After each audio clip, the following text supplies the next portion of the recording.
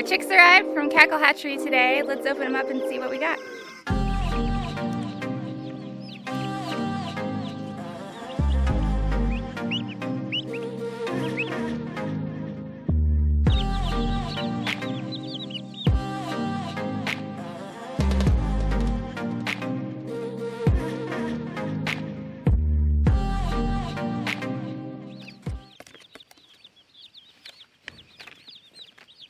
So you might remember we had sort of a catastrophe with our last batch of broad-breasted white turkeys.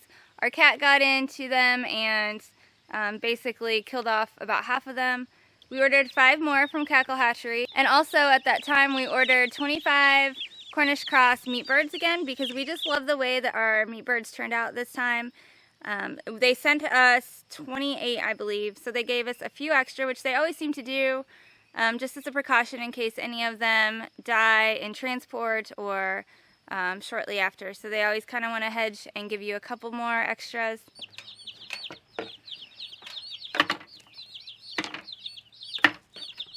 So after trying some things out, moving some things around, I decided to put these turkeys in with the meat birds into our quail pen here. Obviously, we don't need any more for quails. I could only find one of our little waters. So I'm just going to put them together. I think they'll be all right. They're on the same food right now, just some starter food. So for a couple days, they'll be all right together in here. So they're all pretty healthy and alert. They're just hanging out together.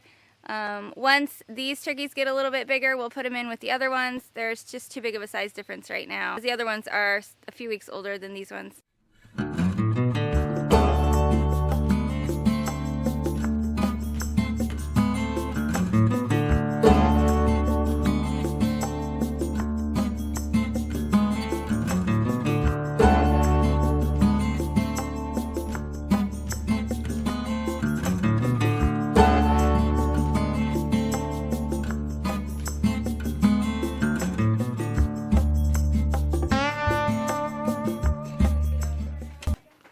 We got some snacks for the chickens. We got some old bread and a couple of cucumbers that I didn't get around to putting up yet. So we're gonna walk up the hill and see our chickens. We've been pretty hard hit by predators this week. We're pretty positive we have a raccoon. Or multiple, more likely, I think. Yeah, probably. Of course, the melons are starting to ripen up, and I've always heard that's what brings raccoons in. Because they like the sweet smell. Let's go this way. Yeah, go this way. Then last week, we lost a duck. No, we lost 3 ducks. 3 ducks. And we were having problems with our fencer at that point. But, you know, we're very diligent about making sure the coop's locked up every night. Either I do it or some of the kids do it. So it gets almost double checked. That's all. So right now we're just gonna walk the perimeter and see what we can see. If there's, I think that they're probably digging under our fence. The kids thought that they saw some evidence of that, so we're gonna try to figure it out. It's a mystery. What? This is what I saw last night, and we got Yeah. raccoon. Scat? Is that the word? Yeah. Or the other word. A poop word? Yeah, poo-poo. Alright, so there's some evidence. Evidence B. We have not actually lost anything since we moved them up here. But we have had a couple days where eggs we've been really light on eggs. So we're not getting a lot of eggs. We're maybe getting 10, 12 a day. But we think they're coming in and trying to get after the eggs more so than the chickens. So we got some countermeasures that we're going to take tonight and maybe try to eradicate a few, but we'll just have to see how that goes. Let's see if we got any eggs. We did. There were several. Well, I saw some in that one pile. Let's go look over in the nest. There's some. That looks like a duck egg, but I don't think it is, because at least our ducks don't lay their eggs in a nest box. So I feel like I don't even want to talk about our new chicks that we got.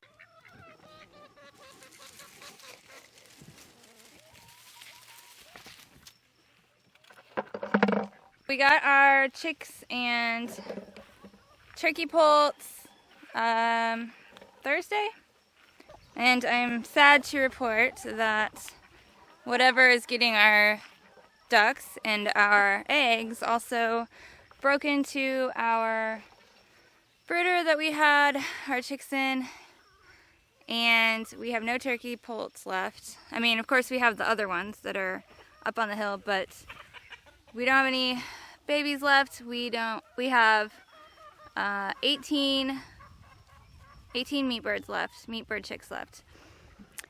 So we really need to get this problem figured out, and soon. Yeah, it's a real bummer, and I just hate that it's happened. So we're gonna get it figured out and get this problem solved so that hopefully we don't lose any more. And just to be clear, this time I don't believe it was a cat.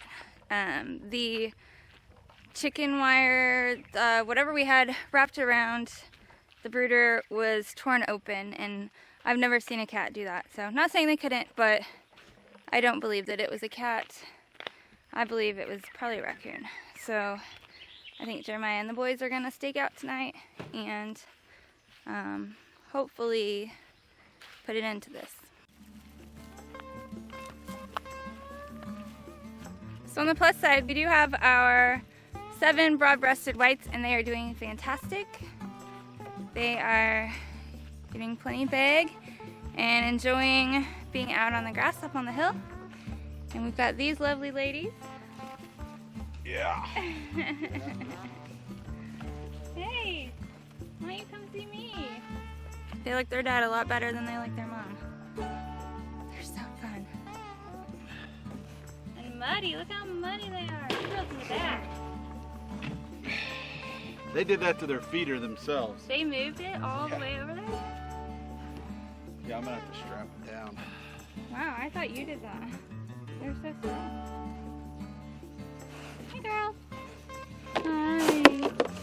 Lovely ladies. Let me get it. Pigs are definitely my favorite. They're a lot of fun to watch. I'm getting more and more attached to these pigs, which is not a good thing because we're raising them for meat, which is fine. I mean, I'll be able to get over that, but they're just really intelligent animals. They act like pigs. They make messes and tear things up, but for the most part, they are really fun.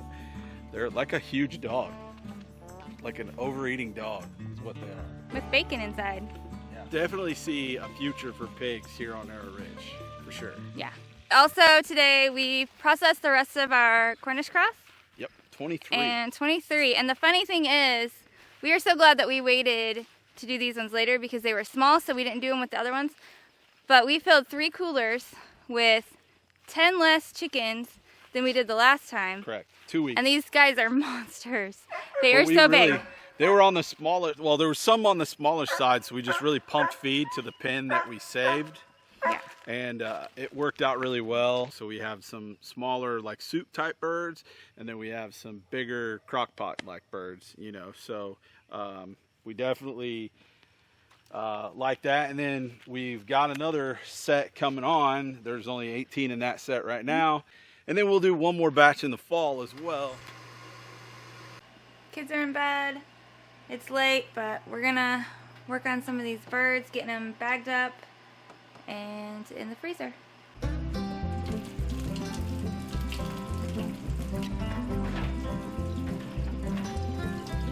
We get our bags from Texas Poultry. We've gotten them there a couple times. We really like them. You can buy them in bulk, and they're pretty reasonably priced too.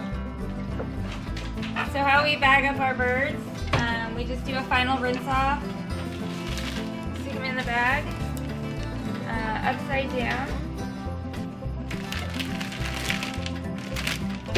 and they come with this straw, so you stick it in the cavity of the chicken, and and it keeps the air, or helps the air come out and release when you put it in the water. And then you zip tie it around the bag.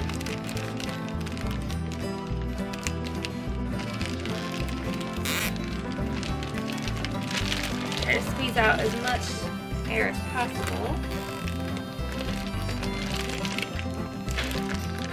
And then you just dunk it in. The water needs to be between 180 and 200 degrees. So just dip it in and it shrink wraps the bag around the chicken.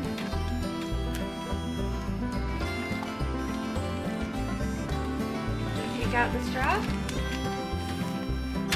You tighten it. There you go.